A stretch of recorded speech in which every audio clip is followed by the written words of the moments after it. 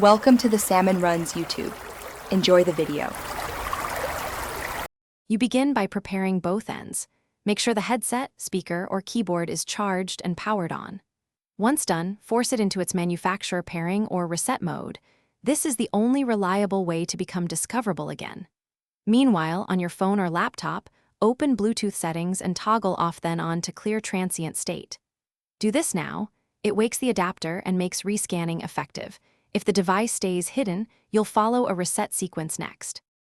You now force discovery. Restart your phone or computer to reload the Bluetooth stack, then immediately put the peripheral back into pairing mode. If it still won't appear, perform the device-specific hardware reset. Press and hold the designated button sequence until LED indicates pairing. Once you see the device listed in Bluetooth settings, tap to pair.